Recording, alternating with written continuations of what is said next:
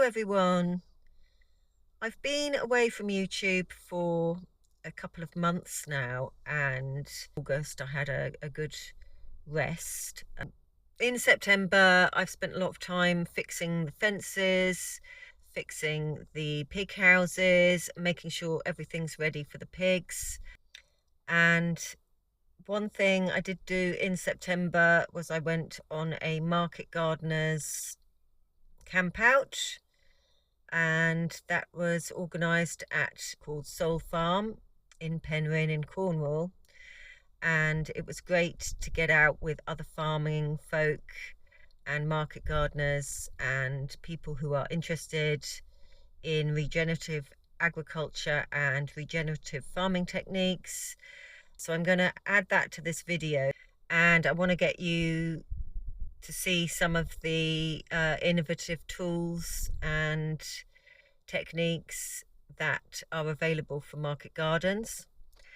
Over lockdown I did really well with the veg boxes, and I expanded my website onto a platform called Ubi. So I have veg box available for people in the local area on ubi.org.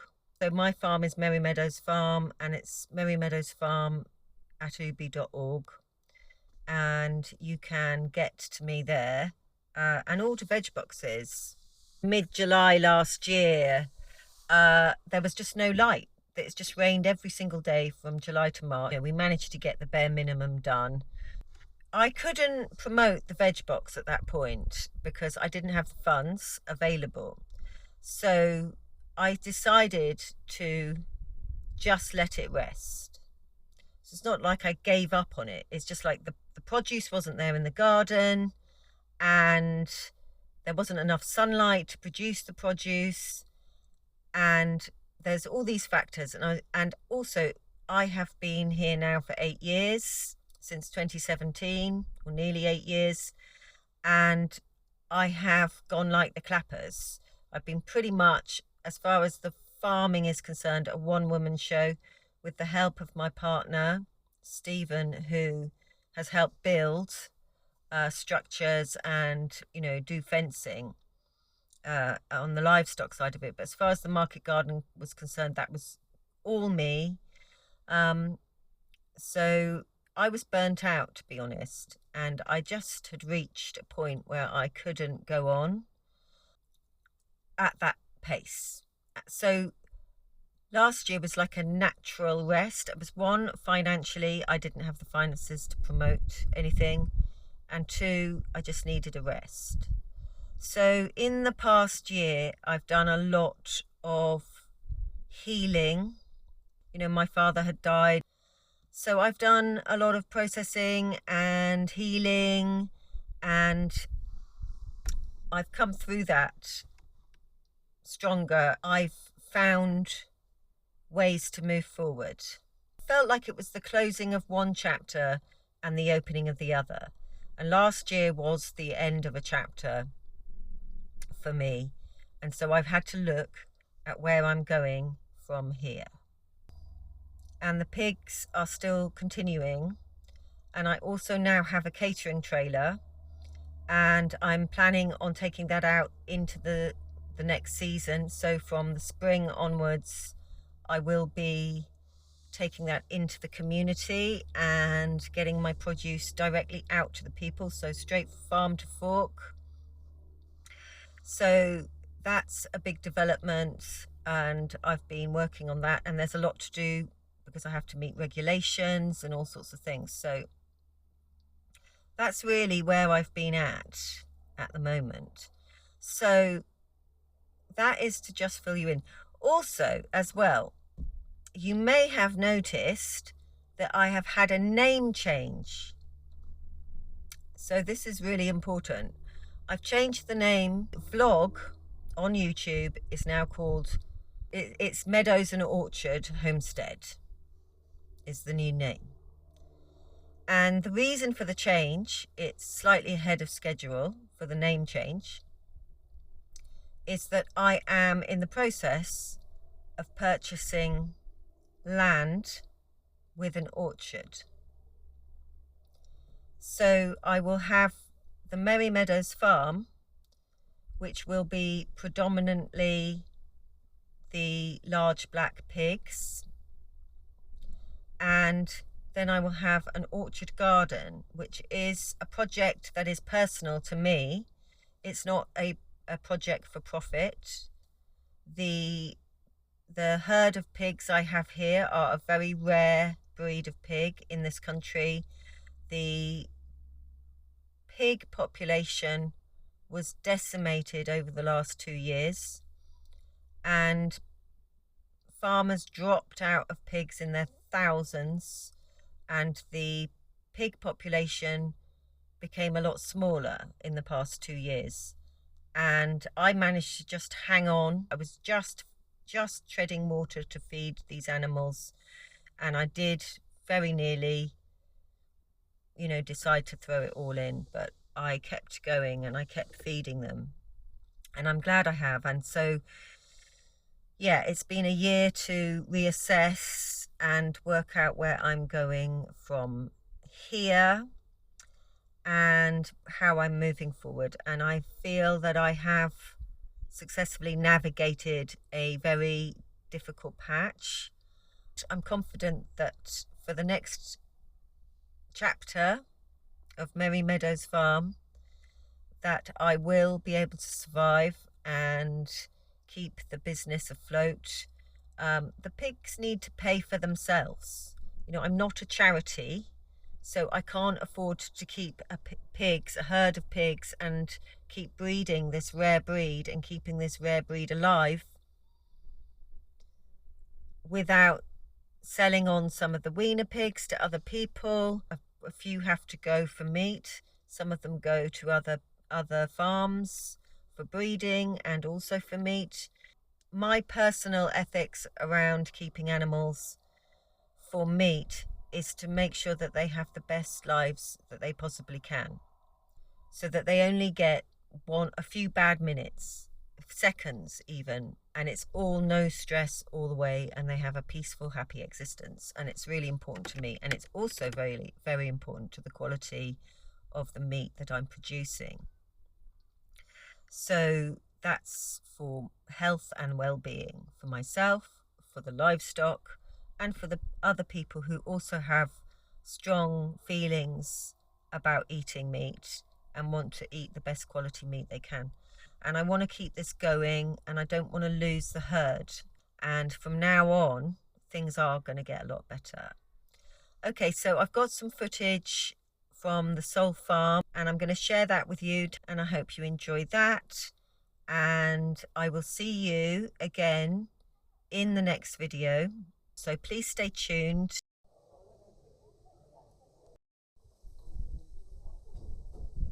Today I'm here at Soul Farm, and it's a market garden, regenerative agriculture garden, community garden project. And they have a walled garden here, beautiful manor house, and they're knocking out great veg around the Falmouth, Penryn area of Cornwall. And there's Jean-Michel Fontier is here talking, and we've had some other speakers, and it's all really interesting.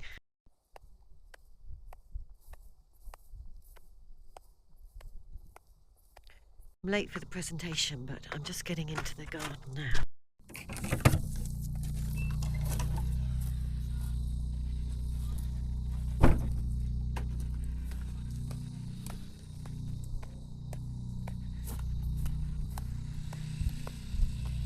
All the way down, and it does a good job. I like it, but after 2 seasons on my farm, we're like, after a while, you don't really know. Like, it's just no carpet. Okay. No carpet for 2 weeks. When we're talking about no-till, what we're talking about is that, because you can get this with a rototiller. Like, you can get the same kind of feeling. You'd have tines going this deep, you'd have a fluffy soil, but man, you'd be really, really, really kind of destroyed. destroying the soil structure. So with this method, you're getting soil depth, surface tilt, but the layers haven't been mixed. Like the tongs work this way. So you're just mixing the top inches or centimeters. So that's really the difference between using a rototiller and a tool like this. Really was when we started to really understand the importance of tilt and having beds that are pressed, like pressing down the surface, because this tool won't work if the beds are not perfectly clean. So raking, making sure there's no debris, that it's really clean. And it was getting to a point that we were kind of getting like, there was like a lot of, we would rake a lot to make sure that there's no debris. And this one is like, it's incredible because you don't need to have soil that is so clean. It'll go anywhere, anytime. And then we eventually ganged them up. So now we're using multi-one. And then you can decide to put 1 hopper, 2 hoppers, 3 hoppers, or 5. And then get 10 rows on 75. It's pricier, and it's definitely not for people that have a quarter acre. But once you buy this,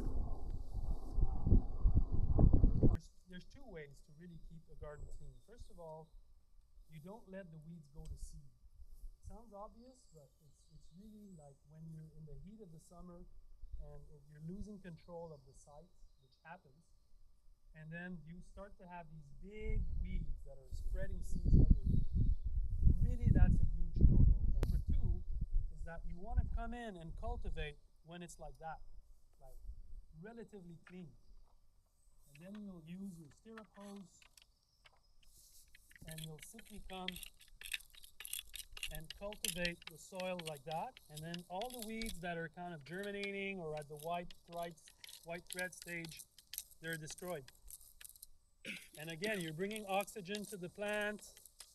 You're kind of there with the plant. You're spending time with it. You kind of get what's going on. And you're always keeping the garden clean. That would be the time when I would come and say, okay, this is the time to come and cultivate. And the reason why it's important to have rows that are equidistant, let's say here it's okay, it's because when you're doing this fast, you're eyeballing just one side. You're using the shaft, so you're working with your back really extended like that. You're using the shaft and you're really going fast. So I'm not really concerned if the blade is really, I'm just going down.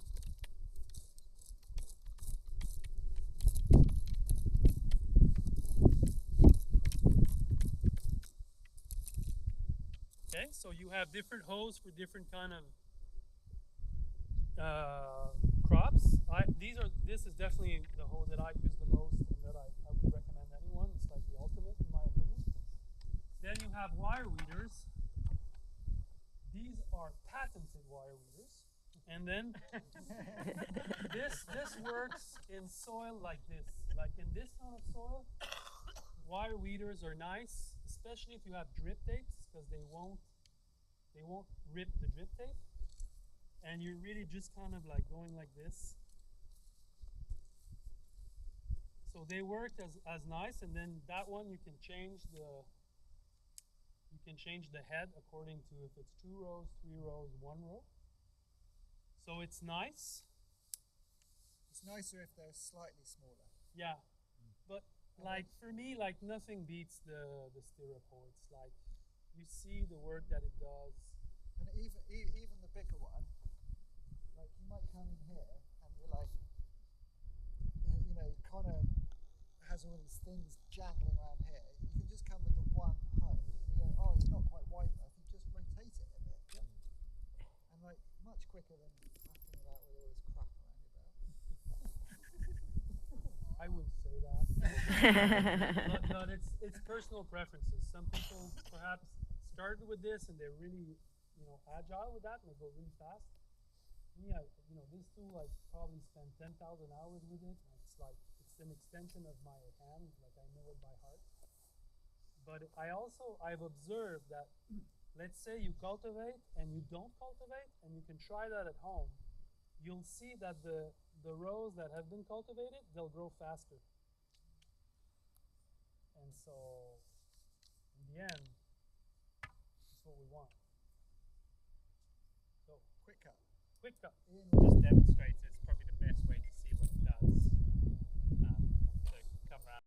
The blade against your leg. Or like trying to carry it on your shoulder, or it's just better to just have it away from you. Cutting. Sometimes you don't get the edges, so what I'll do is just either leave it if I'm in a rush and it will grow back like that. So that was cut last week, and you will get quicker regrowth on the edges, but it does mean you kind of got to do the edges. So it's better to come back and just tidy up, and you can normally harvest that little bit by hand really quickly, or just ditch it, and then we'll run over it with a rake to get rid of any debris, so that when you come back in your next harvest, which will be 2 weeks time, you're not left with old dying leaves in the mix. We run the tarn rake over it, that will take out the weeds, and then this grows so fast that it'll get away.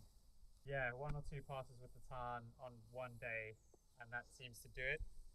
And then when you rake this out, that sort of takes out any others before the next regrowth.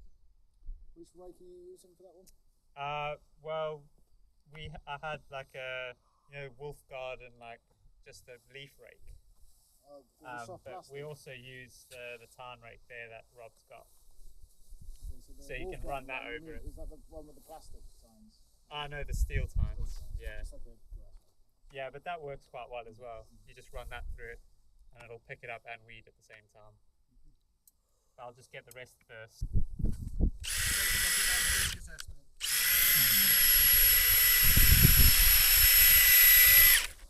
Wow.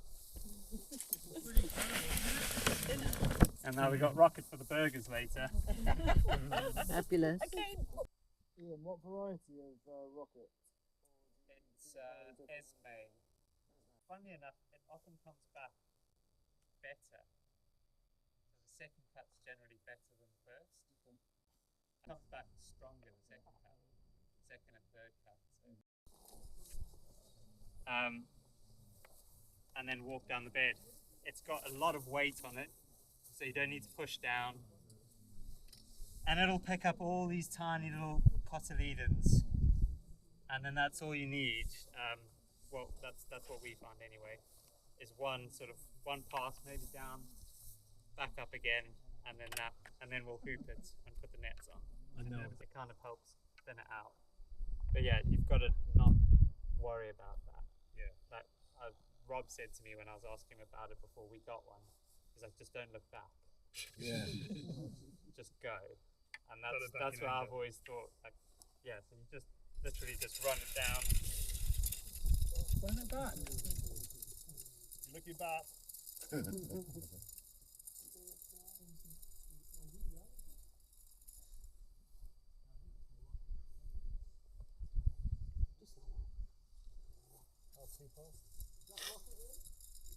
Yeah. Does anyone use one of these on stony ground?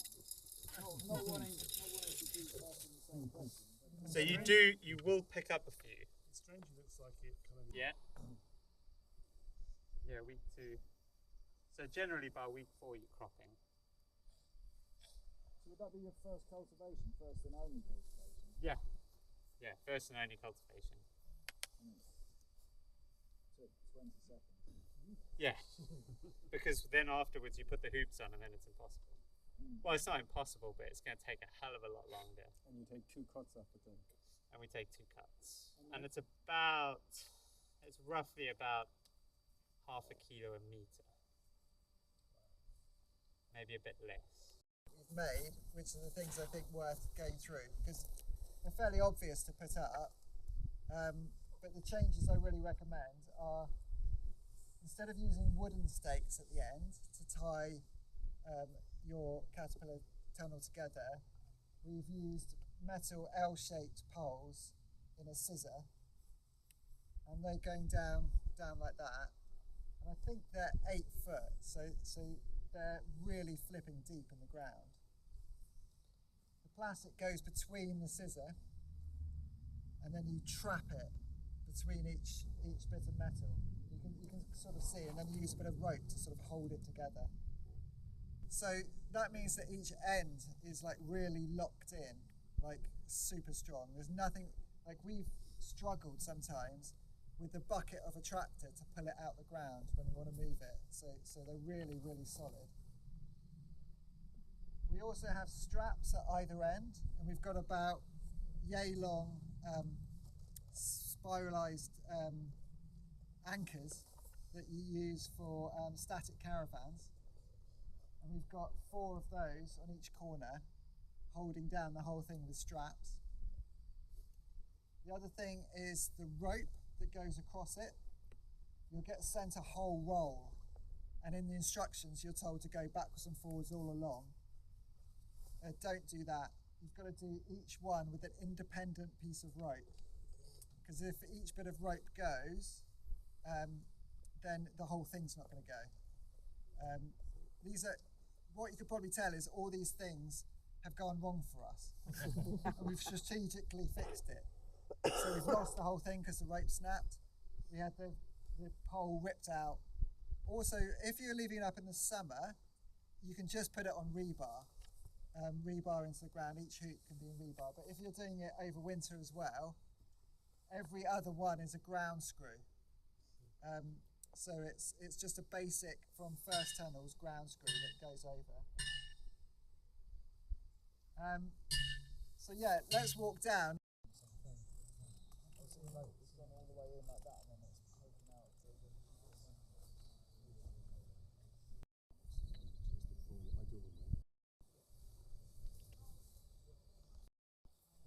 You know, before Every single component from these low tunnels, I'll share a spreadsheet with you with where we got it from, the price and everything, and so you'll have that and be able to build it yourself.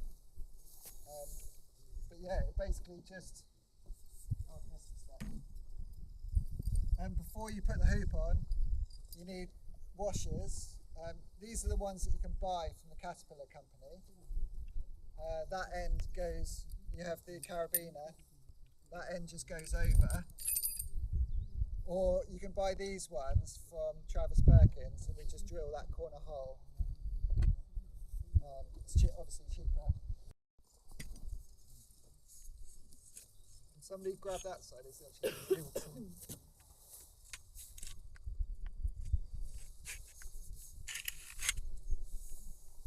Go along and do each hoop. I think there's 12 to a bed from memory. And you said that's made out of electrical conduit? Conduit, yeah. Okay. You put the stake at the end. So tying it down just like the Caterpillar tunnel. And then we have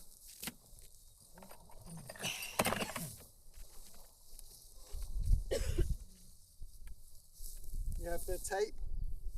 So we're tying one tape at the end, and you just literally go along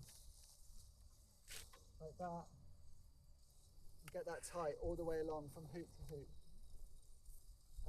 that's just anchored off against the stake. Anchored on the stake and at the other end. Yeah. And then, in actual fact, for the low tunnels, for a couple of seasons, we've got away with just having one length of rope. I would slightly prefer having separate bits of rope, but we just didn't have time last season. So you start on one corner there, and then you come from there to here, to there, diagonally across, and then back again the opposite way. And they scissoring along, a bit exactly like you can see there. You tie it off with a trucker's hitch. Anybody not know what a trucker's hitch is? I don't know.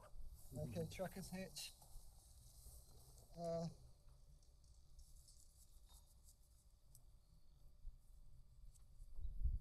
Wagoner's hitch.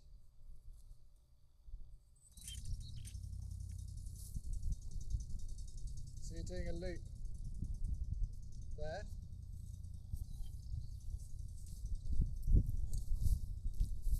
Yeah, you can hold it.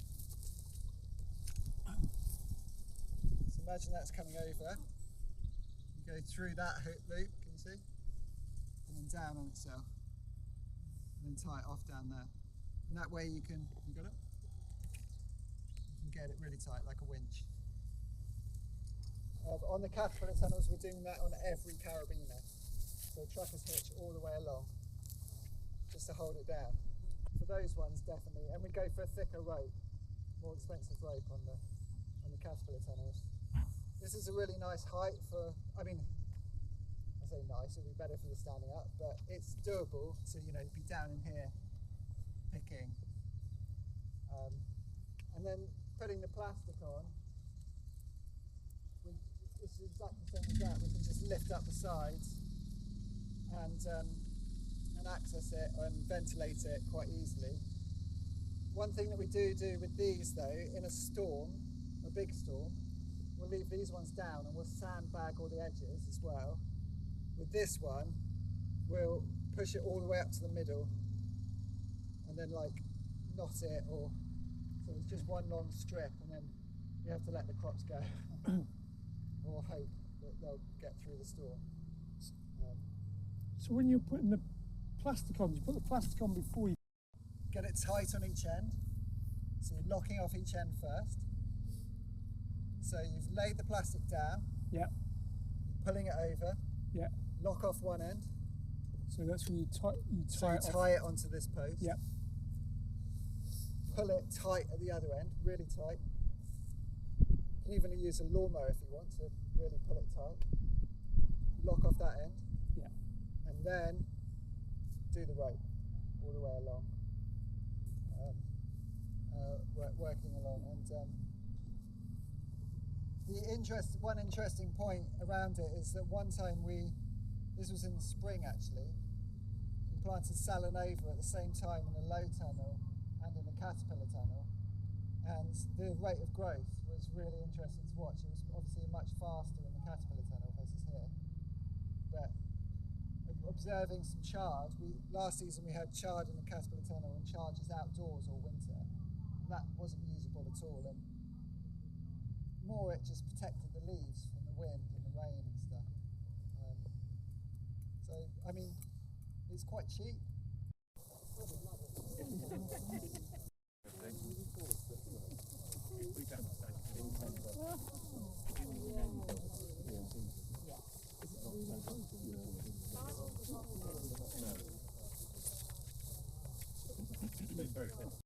So they've got a beautiful walled market garden here, and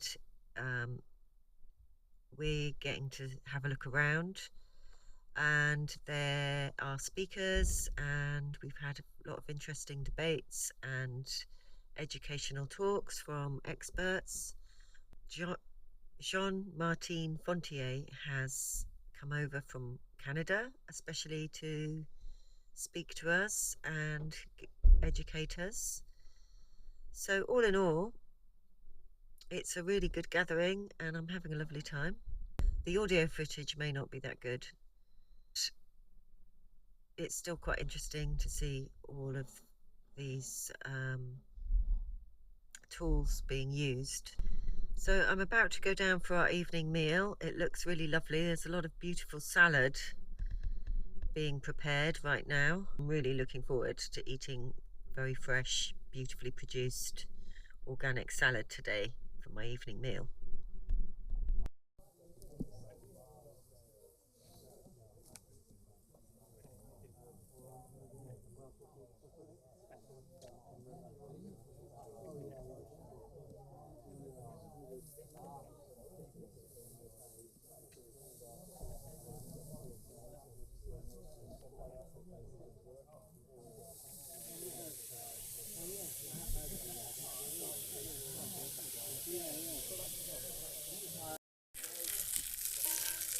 Going to get all of these ends out. chin.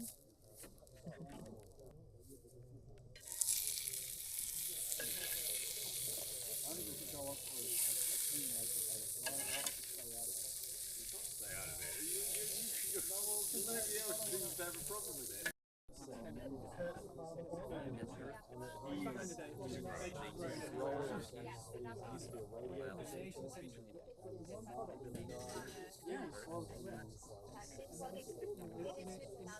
Yeah, I told Chris, I said, historical times, people knew their local bakers. They were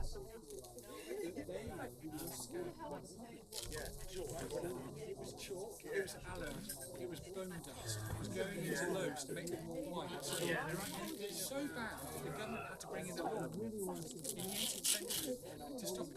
They also were scamming people on the weight culture, which is why there's laws on not weight and local vegetables. So there's always I have this saying, friends, and I've started to apply it, and man, the more I do it, the more it's true. Like, I try to imagine it where we're thinking, where will you be in 5 years? All of you. That's a question you should be asking yourselves. Where do I want to be in 5 years? What do I want to do in 5 years? Answering that questions in 90 seconds. If I would ask you now, do this in 90 seconds, I won't. But 90 seconds, you write your answer, and it's kind of epic, which is going to lead you to what really is in your heart. And I don't want to say the word destiny, but I'm kind of slowly going to that route. Like, I believe that there's a higher force kind of shaping all of this in one way. But I really believe, and that's true, it can be even better than what we can imagine. Because as Frédéric was saying, and he's the one that brought it up, brought me to tears. We did a course with some teachers, so training the trainers, and he listed all the things that had happened since I wrote the book. And I was like, I could have never imagined any of this. Like, I was on my farm doing my stuff. And so what's going to be in the next 10 years? We don't know. But instead of filling our minds with doubt and with visions of a future where everything's burning and it's hell, why don't we start collectively to imagine something nice? Something that has biology, plants, community, good food, good wine, parties, music, togetherness, a good economy, like something where we're all kind of like living a happy life. Why not? You know?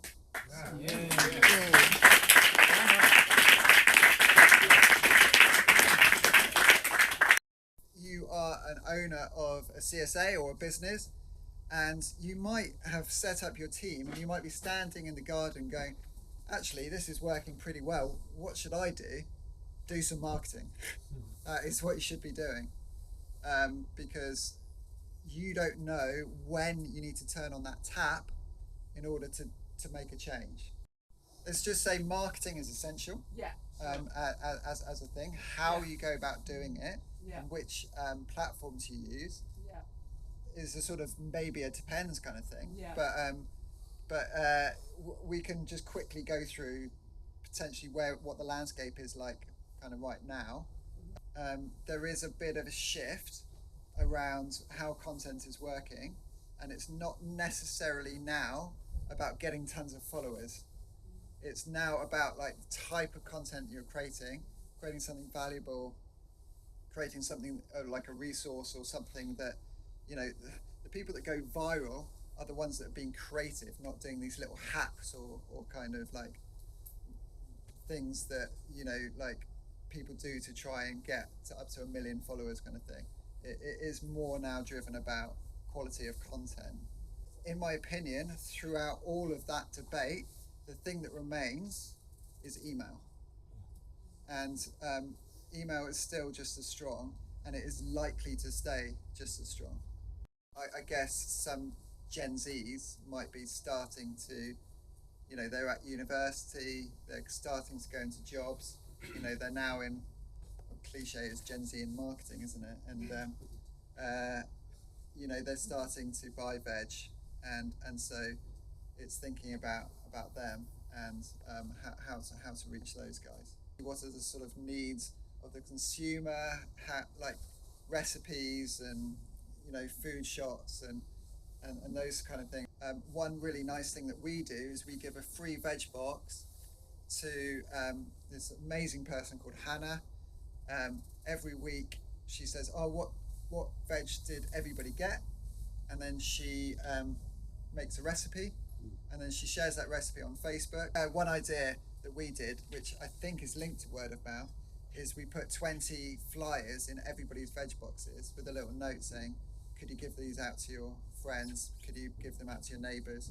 Do 5 doors either side of you. There's a sort of marketing side to that, but then also a word of mouth encouragement there. Being around the corner there, we're Ubi. The topic here is about marketing and sales and the operations, what we call like the gate to the plate. Next big global event, which coincides with the Saculum, was COVID, lockdowns, right? Just changed everything. And that became the catalyst for the next, what we really expect is going to be the next major shopping paradigm, is supermarkets. The cost of supermarkets infrastructure is so great, and so supermarkets are carrying all this extra cost, and now it's being disrupted by being disintermediated, or disrupted with selling direct. And so we're just at the beginning of a whole shift where small scale and short supply chains have got a competitive advantage. And the most important thing is that they've got a way to be able to reach their customer and to be able to have the connection and communication and the ability to actually get it to them. And that is, we provide a way for you to be able to set up an online store, but we also provide the systems to organize the logistics and the operations behind actually the fulfillment side of it. So it's about selling it, and you can do that. Shopify, you can do that. You can sell your food, but then you've got to also organize the delivery, the packing and the delivery of the food. So that's where you can get more specified types of services like Ubi.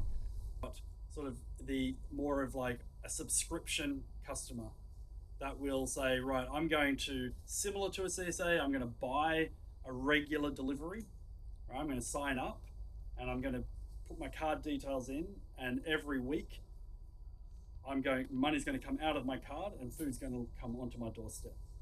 And it's a set and forget. And some of those will just be, I'll just get a medium veg box and I'll leave it up to you guys to figure out what's going to go in my veg box, but I'm just going to let this thing run. And then others will be like, oh, I'll get a medium veg box, but every week I'm going to go in and see what else there is available and add those to my box, right? So that's kind of the spectrum of different customers. And what we find is that most of the food that's sold on the Ubi platform, like at the moment, there are about 14,000 households getting food, or about 40,000 deliveries a month happening on the platform to about 14,000 households, and probably about 80% of those are subscriptions, right? Where people have they've put their subscription on, they've turned it on, and then it just turns on. And then 20% of those would be the people who are coming along and just buying casually whenever they feel like it, or sales that are add-ons to their subscription, right? So people will either subscribe to a box and add a milk and add a bread from time to time, or they can also subscribe to a box and then subscribe to an extra kilo of carrots or an extra kilo of potatoes or whatever you might have available. And that there's a science and an art to having a landing page and telling a story and having like a smooth, convenient, intuitive process of converting from being a visitor to your website to becoming a customer. And that's what we focus on, and that's what we're building new interfaces and so forth to sort of maximize the conversion factor. And then the other two things that are really important when it comes to online sales are retention. So you get a customer on, that's great. You want to make sure that they're going to keep coming. They're going to stay with you. And so how do you make it so that they have a really good experience? They need to be able to shop easily on the platform. They need to be able to manage things like pauses, going away on holidays, things like that. And they need to feel like they're getting good value for money. They need to feel connected. And obviously, when the food turns up, it's got to be everything they expected, on time, in full. And that's all part of the retention side. And finally, the third part is average transaction value. So you're really looking for, you want to make sure that if you're going to go through the effort of packing a box and putting it in a van and delivering it to either them or a collection point, that there's going to be enough value in that box for them to, for you to do all that work. And so you want to maximize how much they're spending. And the good thing about that too is that the more they spend with you, the less they're spending in the supermarket.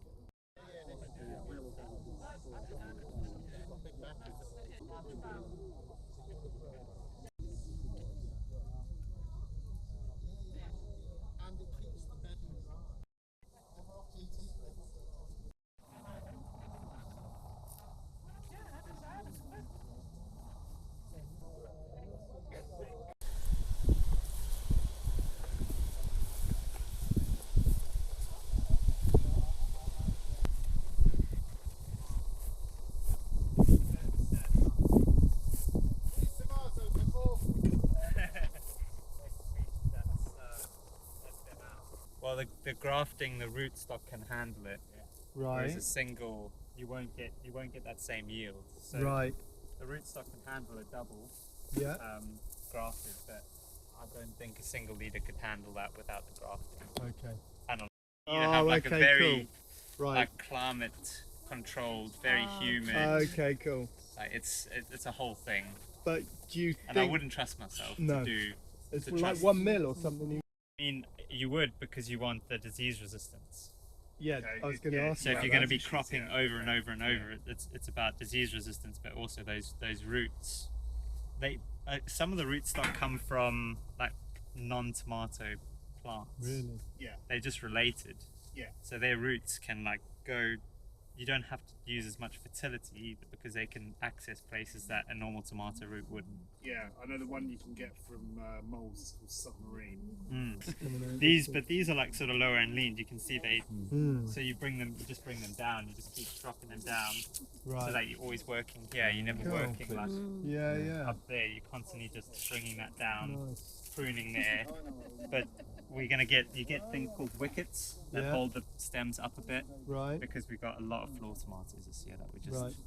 they were constantly, the plants were growing faster than the fruit were ripening, and we weren't able to Couldn't get pick to it fast enough. Yeah, but yeah, come have a look at the cucumbers if you want. So- It's a crop. It's a beautiful crop. It's delicious, and we put it a lot in our salads.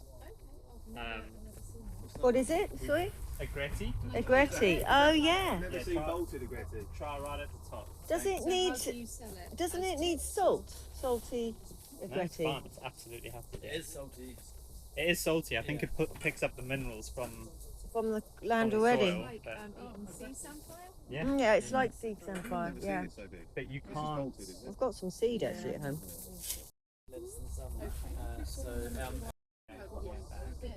Restaurants mainly? What normally do that? Yeah. Yeah, restaurants, but we'll also put it in boxes if we've got like just do a 100-gram bag of it. It makes an incredible like pasta dish. Oh, really? Yeah. It's so nice because it's that salty. Yeah. Yeah, like break down some anchovies, garlic, just chuck it in that, like wilt it down, Thank you. with a That's lemon really juice. It's really nice. I don't do aubergines on strings. Well, these were just because you can't get wild. It's got quite a few.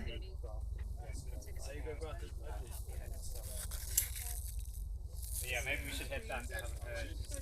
They must be there by now. You guys can always come back.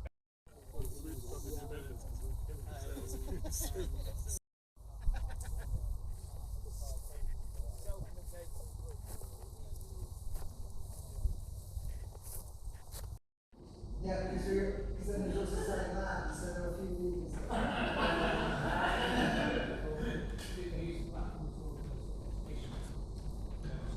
So this is the Saturday market, about 500 people come through.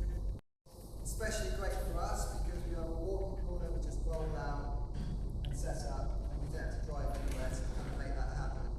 I think wheels are crucial. So you'll notice all our pack racks have wheels. We have various different types of pack racks. We have trolleys, doubles up as a display for the market and a pack rack. Yeah, so we have these trolleys that go in and out the cooler. I think it's one of the #1 tools on the farm. Just set about 4 degrees. Sunset. And we've got no means of perfect system, but we have to divide it out. We have then loaded van backs in here and load all the produce from the dollies, straight onto the dollies, and then over to the kind of wash stations. So we do a little bit of wash on the farm. So you're mainly doing dumps, aren't you? So it'd be like the kale, chard and stuff. We're doing a bit of dunking, just at the cooling on the farm, in a trough. Beetroot, spring onions and stuff on spray tables on the farm. And then they come here and put away. But salad comes here straight off the bat and goes into the bubbler, which I'll show you in a minute. It's a mix of salad in all again, so it's like fully mixed. It's a slightly different winter to summer. So both Thursdays and Fridays, the pick days, starts at 6 a.m. For me, it starts at 6 a.m. doing the data. So they'll all have their numbers by about 7 and be able to then go off the numbers that I've generated. Because I close usually quite late. So I often actually, I say Wednesday morning, but in reality I close it Thursday morning. And then all those numbers go into a spreadsheet and amalgamates together to form a pick list. I then move into like printing off all the stickers and doing all of that side of things. I'll talk a little bit about how the information side marries in with the operations. So from the customer point of view, they've either subscribed to something and have just forgotten about it, and they've got a box in the system ready to be packed and collected, or they may have gone in and added something to their box. So they'll have seen that, oh, we've got this box coming and it's got this in it. I'll add some extra carrots, I'll add some extra add-ons that are available, or some eggs or bread or whatever you've got available. And then the orders get closed. The customers' orders close on a Wednesday morning, and unless, Laurence gives a bit of grace, and you might close at Wednesday lunchtime or something. And at that point, the customers can't change their orders anymore. But they can get in touch with Laurence if there's like an emergency, like a mother-in-law is visiting or something. And then they, at that point, all the information is available to be able to see what is needing to be harvested or ordered and packed. Outputs of that information are, the main outputs of that information are the packing labels or packing manifests. So you got an option of labels that will stick on the boxes, and those labels will have the customer's name on it, what type of box they're getting. If they've got any add-ons, you can have an option so that if they've got any exclusions, like they don't like Jerusalem artichoke or something. But that's an example of the labels. And the labels are printed out, but you can select the order that you want to print the labels in. So in some different layouts will determine what your different packing method is. So you've got common packing methods are where you have packing stations. So you will have, the way we used to do it is we had one person would be, like you have a long table, one person would be at the beginning of the table. They would erect the boxes if they weren't already pre-erected. They would stick a label on, and then they would send that box down the line. And it would start with the people with the big squashes and the heavy items, and it would keep going until you've got the leafy greens and stuff at the end, so that things aren't getting crushed.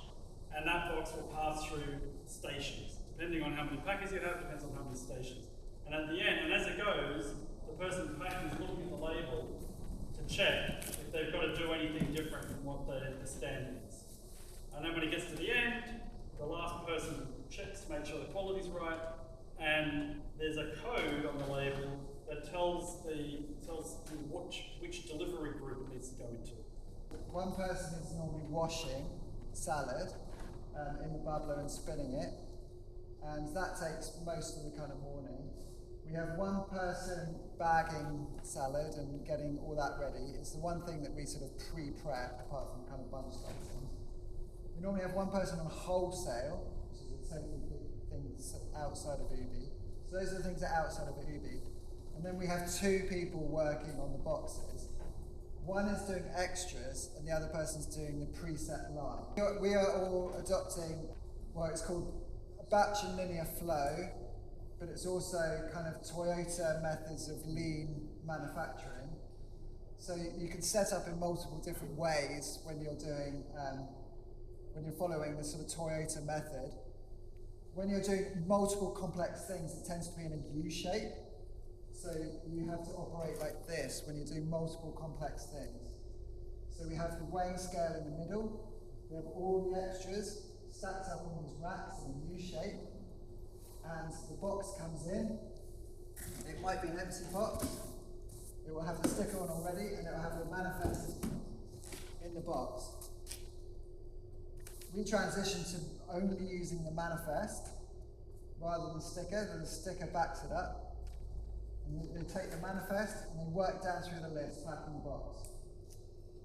They have to do each item one at a time in the order that it's on the list, or you will make mistakes. So I print off all the manifests, and then I know that I've got 160 manifests, because the PDF will tell me. I'll then put the paper back in the printer and print off 160 newsletters. So you write this every week, it's different, and there's an info panel on the right, which just has the standard things around return the boxes, make sure that I have extras, we're in conversion to organic. Have you got missing items? This is the process you should go through if you've got missing items. Next week's box, go onto Ubi, that sort of thing. In an idea flow, what you do is you assemble your box, go down the line, put all your items in the box, and weigh it as you go. The price of your smallest box. Right? So if your smallest offering is £9 and your medium offering is 14 or 15 pounds and so on, you're going to get a lot of people going for the smallest offering and the medium offering. That would have gone for the smallest offering or medium offering, whether this price was £9 or £19. Like some of them won't, but psychologically, a lot of people just shop based on, I just get the small one, right? And if the small one happens to be, so you really want to make sure that your smallest box is big enough that it's worthwhile packing. The other one is you want your largest box to be like a really kind of mega sort of bumper size. It sets the frame from in the price frame. So like if you've got like a £60 box and a £20 box, and they're the two ends, the £20 box is really good value. And so it's a psychological thing to be aware of. And then the other part is around the delivery fees, right? Which is really important. Is a lot of hubs will say, oh, we don't want to charge delivery because people don't want to pay delivery. And so we'll build the delivery fee into the price of the produce. But that, number one, it makes people think that the produce is expensive when they make any comparisons. And number two, the people who are buying more are paying a lot more delivery, when in fact it should be the other way around. Like the more you buy, the smaller the delivery cost is proportionate to the value of the box. And so set a delivery fee. I think you'll find that people will pay, they don't mind paying a delivery fee. And What was the question? It's too recent. So yeah, it goes in this, turn that on. You kind of have to hold it. It kind of wobbles to get stable. You've got a washing machine. And then whilst that's happening, so you're always moving.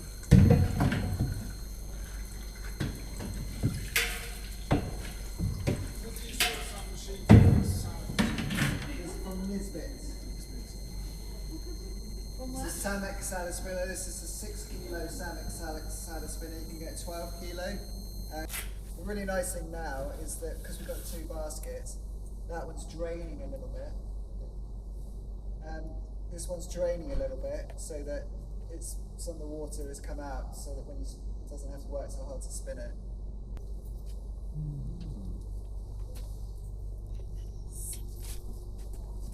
Walk-in cooler. Yeah, if you want it all